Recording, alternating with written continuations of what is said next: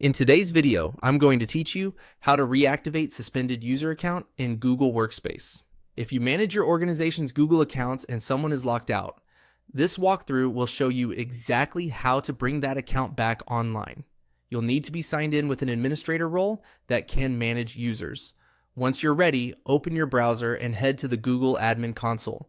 After you sign in, you'll land on the admin homepage. From the homepage, look for Directory. This is where all of your people, groups, and organizational units live. Click Directory, then choose Users.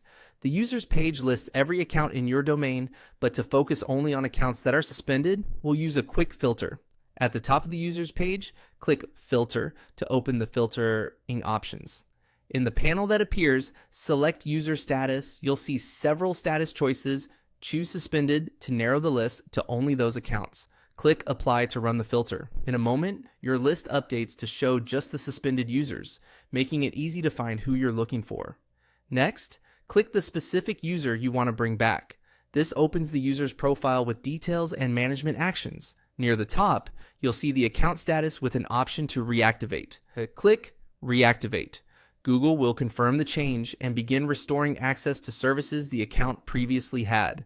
In most cases, this takes effect quickly, but give it a minute for everything to fully propagate across apps like Gmail, Drive, and Calendar.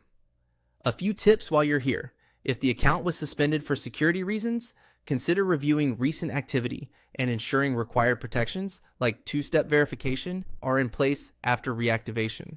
If you're reviving a seasonal or returning user, double-check that their organizational unit still matches the access they need.